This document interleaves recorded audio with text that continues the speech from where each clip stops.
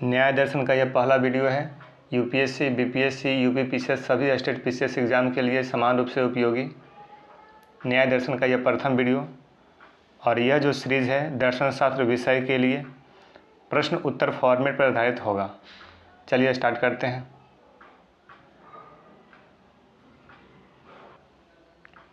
न्याय दर्शन प्रश्न उत्तर ढांचे पर आधारित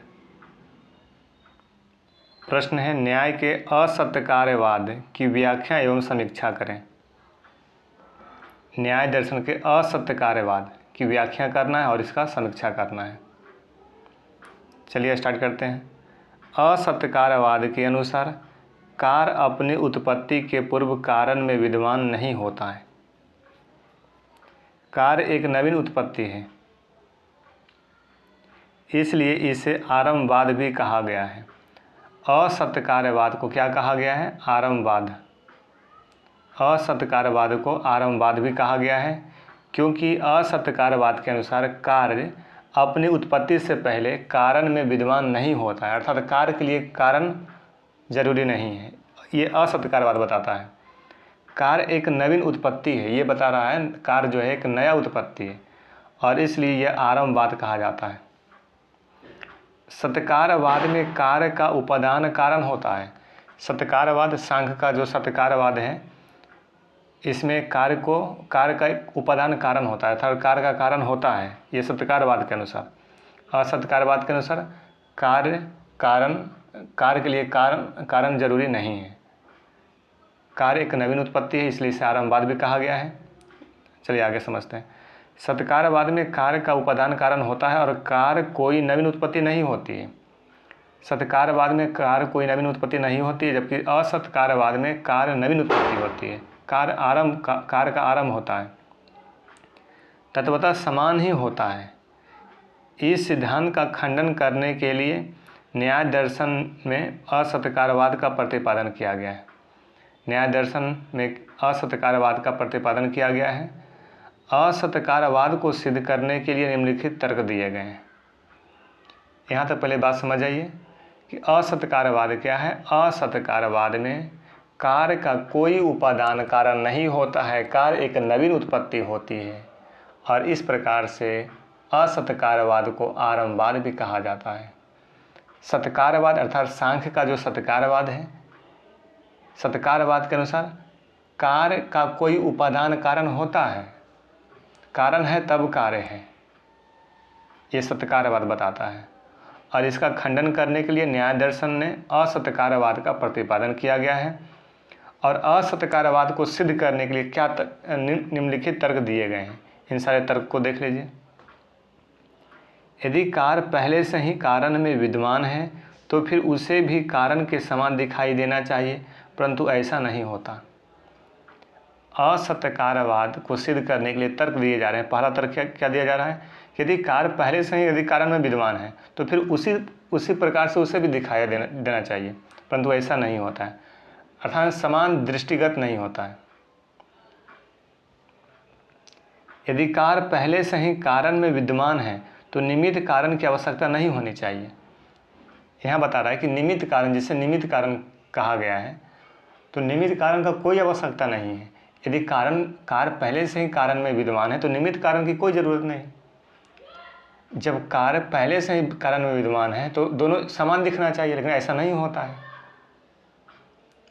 मिट्टी अलग तरीके से दिखाई पड़ रहा है, घड़ा अलग तरीके से दिखाई पड़ रहा है। घड़ा को बनाने के लिए निमित्त कारण लगा है। अगर कार्य जैसे घड़ा मिट्टी में विद्यमान होता तो मिट्टी को भी घड़ा की तरह दिखना चाहिए, मिट्टी को बनाने वाले की कोई ज़रूरत नहीं होनी चाहिए। ये दो तर्क देता है असत्यकार्यवाद। आगे देखिए। यदि कार्य पूर्ववत कारण में विद्यमान है तो नामकरण अलग अलग तथा व्यवहार में भिन्नता क्यों? यदि कार्य पूर्ववत कारण में विद्यमान है, कार्य जो है पहले से ही कारण में विद्यमान है, तो नाम अलग अलग क्यों करते हैं? मिट्टी को मिट्टी और घड़ा को घड़ा क्यों कहते हैं? नाम भी एक कर दीजिए। दोनों के व्यवहार में भिन्नता क्यों? व्यवहार में मिट्टी का कार्य कुछ और घड़ा का कार्य कुछ और है, दोनों से एक प्रकार के कार्य नहीं हो सकते। तो ये तीन प्रकार का तर्क यहाँ दिया जा रहा है। कम से कम ये तीन तर्क को आप याद रखिएगा असत्कारवाद को सिद्ध करने के लिए ये 3 तर्क आपके सामने। आगे देखिए, उपरोक्त तर्कों के आधार पर सत्कारवाद के अनुसार निम्न तर्क पर विचार किया जा सकता है। क्वेश्चन का डिमांड क्या था? न्याय के असत्कारवाद की व्याख्या करें। व्याख्या तो कर दिया गया है, एवं समीक्षा करें। समीक्षा करना है। देखिए, उपरोक्त तर्कों के आधार पर, ऊपर जो तर्क दिए गए हैं न्याय दर्शन के अनुसार आधार पर सत्कारवाद के अनुसार निम्न तर्क पर विचार किया जा सकता है। यदि कार्य का कोई उपादान कारण नहीं माना जाए तो कार्य बंध्या पुष्प या आकाश पुष्प के समान हो जाएगा। यहाँ बताया जा रहा है यदि कार्य का कोई उपादान कारण नहीं माना जाए तो कार्य बंध्या पुष्प के समान हो जाएगा। कार्य को आप नवीन उत्पत्ति बता रहे हैं, कार्य का कोई कारण नहीं बता रहे हैं, तो ये तो इस प्रकार से हो गया जैसे बंध्या का पुत्र, बांझ का पुत्र बंध्या पुत्र के समान हो जाएगा, जबकि बंध्या का कोई पुत्र नहीं होता, और जिसका पुत्र है वो बंध्या नहीं, और जो बंध्या है उसका पुत्र नहीं। तो यदि कार्य का कोई उपादान कारण नहीं माना जाए तो कार्य बंध्या पुत्र के समान हो जाएगा। आकाश पुष्प के समान हो जाएगा, आकाश में पुष्प।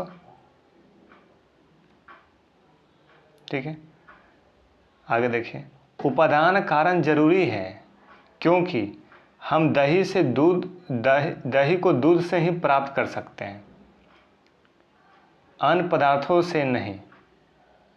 दही को दूध से ही प्राप्त करेंगे। तेल प्राप्ति के लिए तिलहन का होना आवश्यक है। हम बालू से तेल प्राप्त नहीं कर सकते, बालू इत्यादि से हम तेल प्राप्त नहीं कर सकते।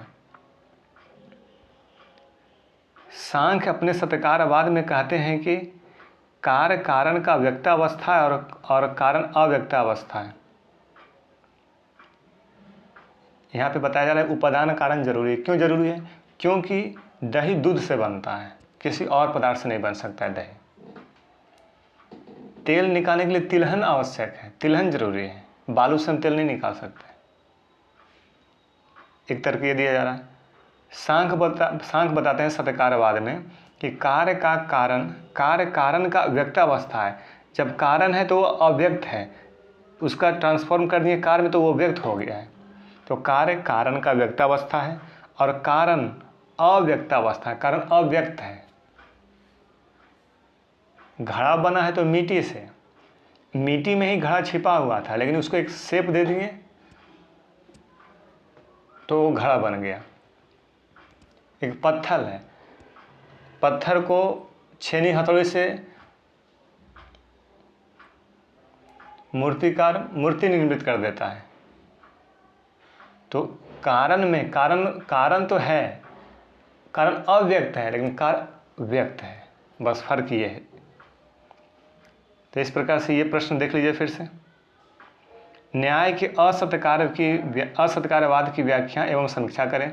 व्याख्या भी कर दी गई और समीक्षा भी कर। समीक्षा में क्या, थोड़ा आलोचना लिखना होता है, थोड़ा तर्क देना होता है। दूसरा प्रश्न देखिए, न्याय के आत्मविचार की स्पष्ट व्याख्या करें। आत्मविचार की व्याख्या करना है कि इस प्रकार न्याय आत्मा की सत्ता को प्रमाणित करता है। आत्मा की सत्ता को न्याय कैसे प्रमाणित करता है, ये आपको प्रमाण बताना है, अर्थात तर्क बताना है और आत्मा के विचार की व्याख्या करना है। चलिए पहले भूमिका लिखते हैं। न्याय दर्शन आत्मवादी तथा ईश्वरवादी दर्शन है। ये बात हमेशा ध्यान में रखिए। न्याय आत्मा को मानता है, न्याय ईश्वर को भी मानता है। न्याय आत्मवादी तथा ईश्वरवादी दर्शन है। इसके अनुसार आत्मा अनेक है तथा आत्मा के 2 भेद हैं। न्याय आत्मा को मानता है, न्याय ईश्वर को मानता है। न्याय आत्मा में आत्मा अनेक को मानता है, अनेक आत्मा है तथा आत्मा के 2 भेद हैं, एक आत्मा और दूसरा परमात्मा। ठीक है, ये इंट्रोडक्शन हो गया। फिर देखिए, न्याय दर्शन में आत्मा की अस्तित्व सिद्धि के लिए निम्नलिखित तर्क दिए गए हैं। क्वेश्चन क्या था, आत्मविचार पर स्पष्ट व्याख्या करें। तो आत्मा को सिद्ध करने के लिए तर्क दिए गए हैं। तर्क देखिए, ज्ञान के आश्रय के रूप में आत्मा का अस्तित्व सिद्ध होता है। जो भी ज्ञान ग्रहण करते हैं तो ये ज्ञान कहाँ जाता है, आत्मा के पास जाता है। ज्ञान के आश्रय के रूप में आत्मा का अस्तित्व सिद्ध होता है। चैतन्य आत्मा का आगंतुक गुण है। जो चेतना है, चैतन्य है, चेतना आत्मा का आगंतुक गुण है, यह शरीर का गुण नहीं है। इस प्रकार शरीर से पृथक आत्मा का अस्तित्व है। शरीर से पृथक आत्मा का अस्तित्व इसलिए है क्योंकि जो चेतना है, जो चेतन है, वो आत्मा का आगंतुक गुण है, ये शरीर का गुण नहीं है। इस प्रकार शरीर है तो आत्मा है, क्योंकि आत्मा का आगंतुक गुण चेतना है। इच्छा, द्वेष, सुख, दुख आदि शरीर के गुण नहीं हैं, आत्मा के गुण हैं। इच्छा, द्वेष, सुख, दुख ये शरीर के गुण नहीं है, किसके गुण हैं? आत्मा के। स्मृति और प्रत्यभिज्ञा से भी नित्य एवं शाश्वत आत्मा की सिद्धि होती है। जो हम लोग रिकॉल कर पाते हैं, जो स्मृति में समेट पाते हैं, ये किसके गुण हैं? आत्मा के गुण हैं। यदि आत्मा को बौद्धों के समान क्षणिक विज्ञान के प्रवाह के रूप में मान लिया जाए तो फिर स्मृति की व्याख्या नहीं हो पाती। यदि बौद्ध दर्शन पढ़े होंगे तो ये सेंटेंस आपको समझ में आया रहा होगा। स्मृति और प्रत्यभिज्ञा से भी नित्य एवं शाश्वत आत्मा की सिद्धि होती है। यदि आत्मा को बौद्धों के समान क्षणिक विज्ञानों के प्रवाह के रूप में मान लिया जाए तो फिर स्मृति की व्याख्या नहीं हो पाएगी। तो इस प्रकार से देखिए, न्याय के आत्मविचार की स्पष्ट व्याख्या करें। इंट्रोडक्शन बना दिया गया, किस प्रकार आत्मा को प्रमाणित करता है, फिर ये सिद्धि के लिए तर्क दे दिए गए। चलिए नेक्स्ट क्वेश्चन देखिए, ईश्वर के अस्तित्व को सिद्ध करने के लिए न्याय की युक्तियों का आलोचनात्मक विवरण दें। न्याय ने युक्ति के माध्यम से ईश्वर के अस्तित्व को सिद्ध करने के लिए तर्क दिया है। वह जो युक्ति है उसका आलोचनात्मक विवरण देना है, युक्ति को भी बताना है और युक्ति का आलोचना भी करना है। न्याय दर्शन एक ईश्वरवादी दर्शन है, आत्मदर्शन है, आत्मवादी दर्शन है, ईश्वरवादी दर्शन है। आत्मा को अनेक मानता है और सत्यकारवाद को मानता है, ये न्याय दर्शन। आगे देखिए, न्याय दर्शन एक ईश्वरवादी दर्शन है। इस दर्शन में ईश्वर को सर्वज्ञ, सर्वशक्तिमान, सृजनकर्ता तथा संहारक माना गया है। इस दर्शन में, किस दर्शन में? न्याय दर्शन में ईश्वर को सर्वज्ञ, सभी जगह, सर्वशक्तिमान, सृजनकर्ता, बनाने वाला, संहारक, बिगाड़ने वाला कौन है? ईश्वर है। उदयनाचार्य ने अपनी न्याय कुसुमांजलि, याद रखिएगा, दार्शनिक का नाम क्या है? उदयनाचार्य ने अपनी न्याय कुसुमांजलि में ईश्वर सिद्धि के निम्न तर्क देते हैं। कार्यायोजन धृत्यादे पदार्थ प्रत्यता श्रुते वाक्या संख्या विशेषाच साधयो विश्वविद्यया। अर्थात जगत एक कार्य है और इसका निमित्त कारण ईश्वर है। परमाणुओं स्वभावतः जड़ होती है, परंतु इसके गतिमान तथा संयोगकर्ता ईश्वर ही हैं। ये दो पॉइंट पहले समझ लीजिए। ये जो युक्ति दिया गया है इसका अर्थ बताया जा रहा है कि जगत एक कार्य है और इसका निमित्त कारण कौन है? ईश्वर है। क्योंकि ईश्वर को सिद्ध करना है, ईश्वर के सिद्ध किस अनुसार करना है, किस आधार पर करना है? तो न्याय दर्शन में ही युक्ति दिया गया है, उस युक्ति के आधार पर। युक्ति कौन सा है? तो ये देखिए, उदयनाचार्य के द्वारा जो दिया गया युक्ति है, कार्यायोजन धृत्यादि पदार्थ प्रत्यता श्रुते वाक्या संख्या विशेषाच साधयो विश्वविद्यया। अर्थात जगत एक कार्य है और इसका निमित्त कारण ईश्वर है। परमाणुओं स्वभावतः जड़ होती है। परमाणु क्या होता है? एक जड़ होता है, परंतु इसके गतिमान, परमाणु गतिमान कब होता है? परमाणु एक दूसरे से अट्रैक्ट कब होता है? संयोग कब करता है? तो परमाणुओं स्वभावतः जड़ होती है, परंतु इसके गतिमान और संयोगकर्ता के रूप में ईश्वर ही है। इसको संयोगकर्ता करने वाला कौन है? ईश्वर। परमाणु को गतिमान करने वाला कौन है? ईश्वर। जगत एक कार्य है और इस कार्य को करने वाला कौन है? इस कार्य को बनाने वाला कौन है? इस जगत को बनाने वाला कौन है? ईश्वर। ये कौन मानता है? न्याय दर्शन। आगे देखिए, जगत में व्यवस्था बनाए रखने के लिए सृजन के साथ साथ संहार की आवश्यकता होती है, अतः संहारकर्ता ईश्वर ही है। जगत में जो व्यवस्था बने हुए हैं, इस व्यवस्था को बनाए रखने के लिए सृजन भी जरूरी है और संहार भी जरूरी है। बनाना भी जरूरी है और बिगाड़ना भी जरूरी है। ये बनाने और बिगाड़ने वाला, सृजनकर्ता और संहारकर्ता कौन है? ईश्वर ही है। इसलिए तीसरा पॉइंट में लिखा गया, जगत में व्यवस्था बनाए रखने के लिए सृजन के साथ साथ संहार की आवश्यकता होती है, अतः यह संहारकर्ता ईश्वर है। वेद ईश्वर द्वारा कहे गए वचन हैं। वेद जो है ईश्वर द्वारा कहे गए वचन हैं। वेद को अपुरुषय माना गया है। अपुरुषय अर्थात कोई साधारण पुरुष का ये वक्तव्य ने वेद को नहीं कहा है, अपुरुषय वाणी वेद को कहा गया है। ये ईश्वर के वचन हैं। ये सारे तर्क किनके द्वारा दिए जा रहे हैं? न्याय दर्शन में युक्तियाँ दी गई है। उदयनाचार्य ने युक्तियाँ दी हैं। आगे देखिए, परंतु अन्य दार्शनिकों ने उपरोक्त दिए गए तर्कों का खंडन किया है। जैसे, अब आइए प्रश्न पे पहले, ईश्वर के अस्तित्व को सिद्ध करने के लिए न्याय की युक्तियों का आलोचनात्मक विवरण दें। तो हमने तो युक्तियाँ बता दिया और युक्तियाँ का अर्थ भी बता दिया, लेकिन उसका आलोचना नहीं किया गया है। चलिए अब आलोचना कर देते हैं। तो परंतु अन्य दार्शनिकों ने उपरोक्त दिए गए तर्क का खंडन किया। जैसे चरवार्क मतानुसार, चरवार्क बताते हैं, जगत जड़ तत्वों के स्वाभाविक गुण और आकस्मिक संयोग का परिणाम है, अतः निमित्त कारण ईश्वर नहीं हो सकता। चरवार्क बता रहे हैं कि जो जगत है वो जड़ तत्वों का स्वाभाविक गुण है। जो जड़ तत्व है, जो परमाणु जड़ है, इसका स्वभाव ही है संयोग करने का। इस प्रकार से संयोग हो जाता है। अतः ये जो संयोग करता और जगत में व्यवस्था, ये इसके लिए कोई ईश्वर निमित्त कारण नहीं हो सकता। ये कौन बताता है? चरवार्क। ईश्वर जगत की रचना और संहार कब, क्यों, कैसे करता है, इसका तर्कसंगत व्याख्या नहीं मिल पाता न्याय दर्शन में। ईश्वर ठीक है जगत की रचना करता है, ईश्वर जगत का संहार करता है, ईश्वर जगत का सृजन करता है, ईश्वर जगत में व्यवस्था लाता है, निमित्त कारण है। तो कब, क्यों, कैसे करता है, इसकी स्पष्ट सुसंगत व्याख्या नहीं मिल पाते हैं।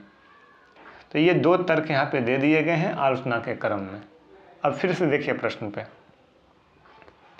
ईश्वर के अस्तित्व को सिद्ध करने के लिए न्याय की युक्तियों का आलोचनात्मक विवरण दें।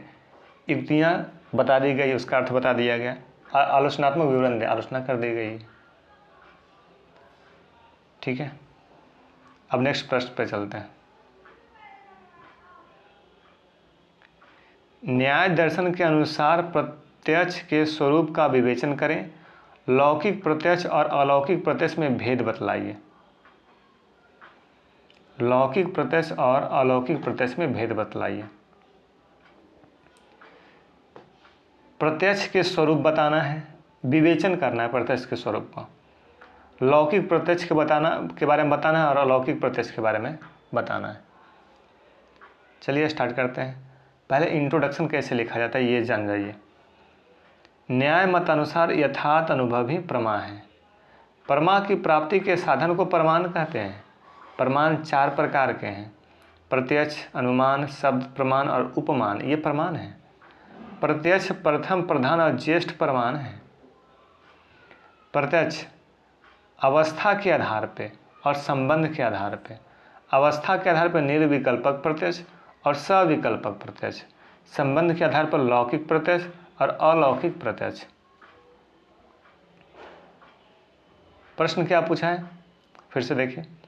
प्रत्यक्ष के स्वरूप का विवेचन करें। देखिए प्रत्यक्ष का ये स्वरूप है। सबसे पहले इंट्रोडक्शन उसी भाव में लिखा गया है कि यथार्थ अनुभव ही प्रमा है। प्रमा की प्राप्ति को प्रमाण कहते हैं। 4 प्रमाण है, उसमें से प्रत्यक्ष एक है, प्रथम है, प्रधान है और ज्येष्ठ प्रमाण है। प्रत्यक्ष, चूँकि क्वेश्चन का जो केंद्र बिंदु है प्रत्यक्ष प्रमाण को बारे में बताना है। इंट्रोडक्शन उसी भाव में आ गया। फिर प्रत्यक्ष का स्ट्रक्चर बता दिया गया। अवस्था के आधार पर, संबंध के आधार पर। अवस्था के आधार पर निर्विकल्पक, सविकल्पक। संबंध के आधार पर लौकिक प्रत्यक्ष और अलौकिक प्रत्यक्ष। अब देखें फिर क्वेश्चन क्या बोला। लौकिक प्रत्यक्ष और अलौकिक प्रत्यक्ष में भेद बतलाइए। अब लौकिक प्रत्यक्ष और अलौकिक प्रत्यक्ष के बारे में बताना है। जब इंद्रियों का वस्तु के साथ संपर्क साधारण ढंग से होता हो तो उसे लौकिक प्रत्यक्ष कहते हैं। साधारण ढंग से वस्तु को देखना, ये लौकिक प्रत्यक्ष है। जबकि अलौकिक यहाँ पे अलौकिक प्रत्यक्ष में इंद्रियों का संपर्क वस्तुओं से अलौकिक ढंग से होता है। अलौकिक प्रत्यक्ष में इंद्रियों का वस्तुओं से संपर्क अलौकिक ढंग से होता है। अलौकिक मतलब साधारण ढंग से नहीं होना। लौकिक प्रत्यक्ष दो प्रकार के होते हैं, बाह्य प्रत्यक्ष और मानस प्रत्यक्ष, जबकि अलौकिक प्रत्यक्ष तीन प्रकार के होते हैं, समान लक्षण प्रत्यक्ष, ज्ञान लक्षण प्रत्यक्ष और योगज। समान लक्षण प्रत्यक्ष, ज्ञान लक्षण प्रत्यक्ष और योगज। लौकिक प्रत्यक्ष कितने प्रकार के? दो प्रकार के, क्योंकि भेद बताना था लौकिक अलौकिक में। तो पहला लौकिक प्रत्यक्ष में इंद्रियों का बाह्य वस्तुओं से संपर्क साधारण ढंग से होता है, लौकिक प्रत्यक्ष कहलाता है। इंद्रियों का संपर्क वस्तुओं से अलौकिक ढंग से होता है, अलौकिक प्रत्यक्ष कहलाता है। एक पॉइंट। दूसरा पॉइंट, लौकिक प्रत्यक्ष दो प्रकार के होते हैं, बाह्य प्रत्यक्ष, मानस प्रत्यक्ष, बाह्य प्रत्यक्ष, मानस प्रत्यक्ष, बाह्य प्रत्यक्ष, मानस प्रत्यक्ष। और अलौकिक प्रत्यक्ष तीन प्रकार के होते हैं, लौकिक दो और अलौकिक तीन। तीन का नाम याद कर लीजिए, समान लक्षण प्रत्यक्ष, ज्ञान लक्षण प्रत्यक्ष और योगज। आगे देखिए, बाह्य इंद्रियां के संपर्क ज्ञान जैसे यह कलन है, नमक का स्वाद आदि उदाहरण लौकिक प्रत्यक्ष का है। ये जो उदाहरण है यह कलम है, कलम को दिखाई पड़ रहा है। नमक को टेस्ट किया, नमक का ज्ञान हो गया, नमक का स्वाद का ज्ञान हो गया। तो ये जो उदाहरण ये लौकिक प्रत्यक्ष का उदाहरण है। जबकि चंदन की टूटी लकड़ी को देखकर उसके सुगंधित होने का ज्ञान, बर्फ के टुकड़े को देखकर ठंडेपन का ज्ञान आदि अलौकिक प्रत्यक्ष का महत्वपूर्ण उदाहरण है। तो ये था अलौकिक प्रत्यक्ष। तो अलौकिक प्रत्यक्ष में जैसे बोधिसत्व का ज्ञान, निर्वाण का ज्ञान, मीमांसा दर्शन का प्रत्यक्ष साक्षात्कार का ज्ञान, ये सब अलौकिक दर्शन है। जैन का केवली का ज्ञान अलौकिक का उदाहरण, अलौकिक प्रत्यक्ष का उदाहरण है। तो इस प्रकार से ये प्रश्न फिनिश होता है। एक बार फिर से प्रश्न को देखिए और प्रश्न जो उत्तर है वो प्रश्न के डिमांड को पूरा कर पा रहा है या नहीं, एक एक वर्ड को समझना है। न्याय दर्शन के अनुसार प्रत्यक्ष के स्वरूप का विवरण करें, स्वरूप का विवरण कर दिया गया है। अवस्था के आधार पर, संबंध के आधार पर, निर्विकल्पक सविकल्पक अवस्था के आधार पर, संबंध के आधार पर लौकिक प्रत्यक्ष, अलौकिक प्रत्यक्ष। लौकिक प्रत्यक्ष और अलौकिक प्रत्यक्ष में भेद बताया था, डिफरेंस बताना है। 3-4 पॉइंट डाल करके भेद बता दिया गया। भेद में क्या क्या बताया गया कि लौकिक प्रत्यक्ष साधारण ढंग से वस्तुओं को देखना लौकिक, विशेष अलौकिक ढंग से वस्तुओं को देखना अलौकिक प्रत्यक्ष।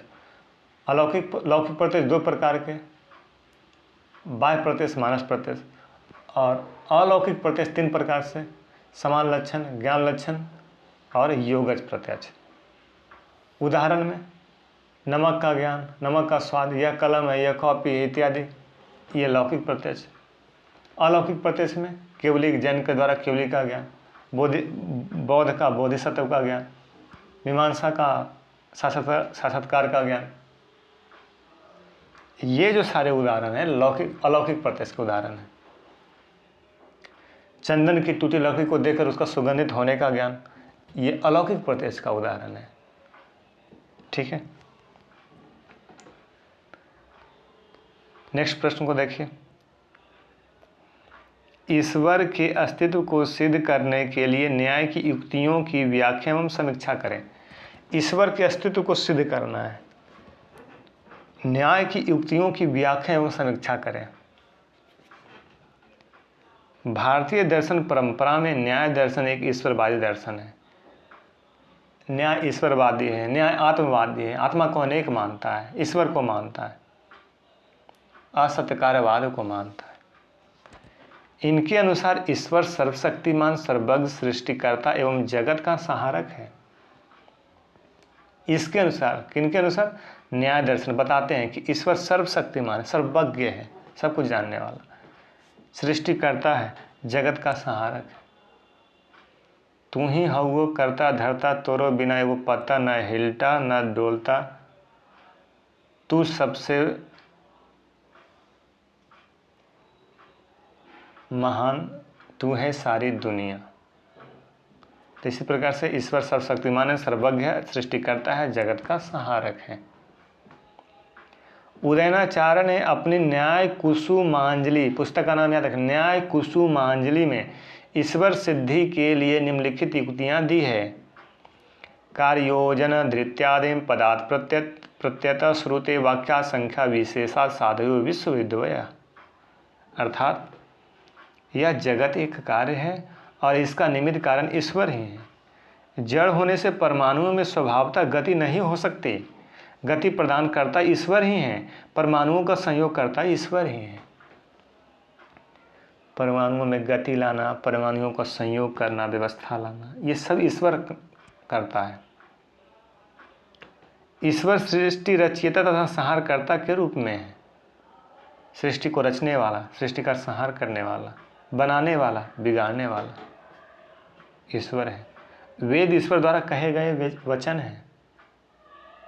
ये सारे प्रमाण उपरोक्त तर्क के आधार पर न्याय दर्शन ईश्वर की सत्ता स्वीकार करता है, परंतु अन्य दार्शनिकों ने न्याय द्वारा दिए गए तर्कों का खंडन इस प्रकार करता है। प्रश्न को देखिए क्या था। ईश्वर के अस्तित्व को सिद्ध करने के लिए न्याय की युक्तियों की व्याख्या और समीक्षा करें। समीक्षा करना है,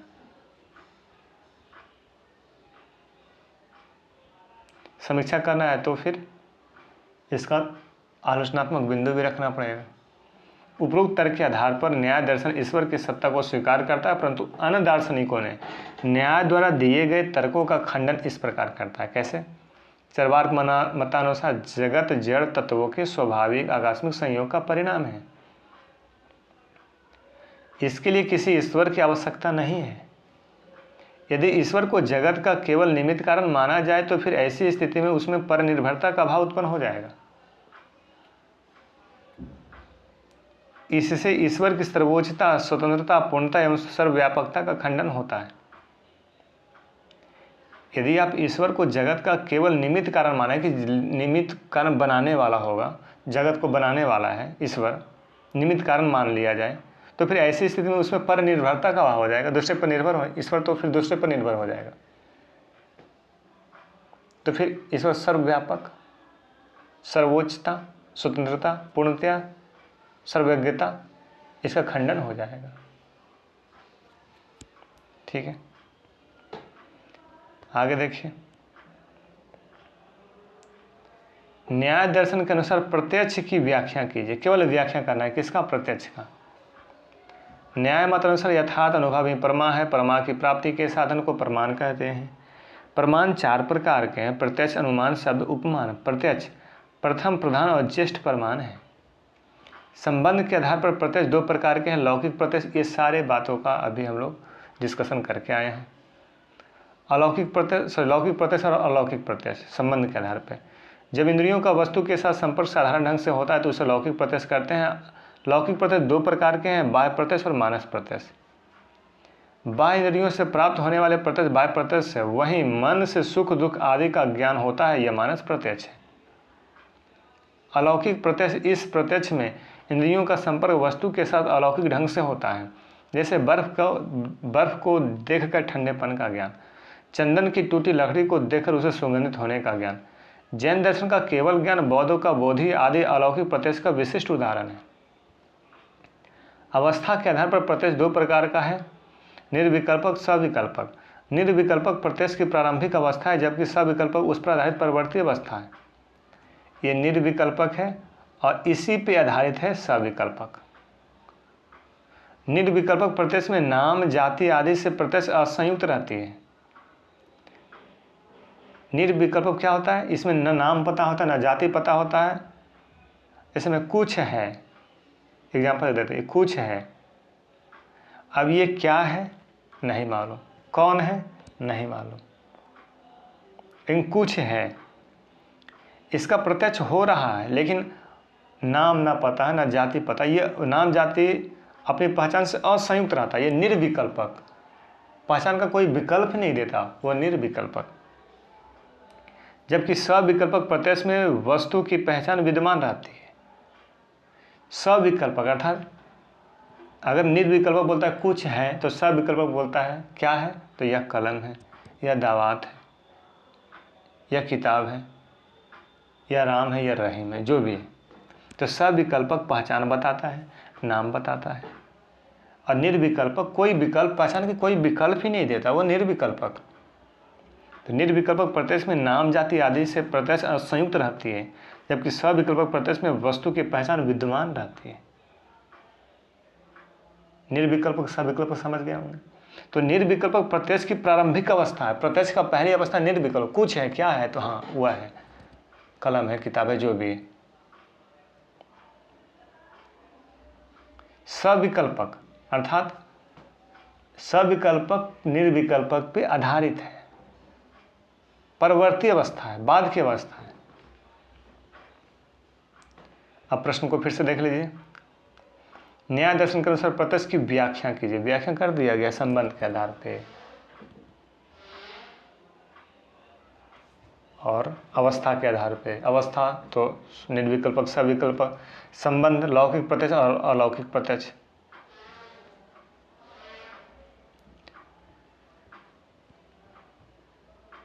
ठीक है, इस वीडियो में इतना ही, मिलते हैं अगले वीडियो में। Okay bye, thank you.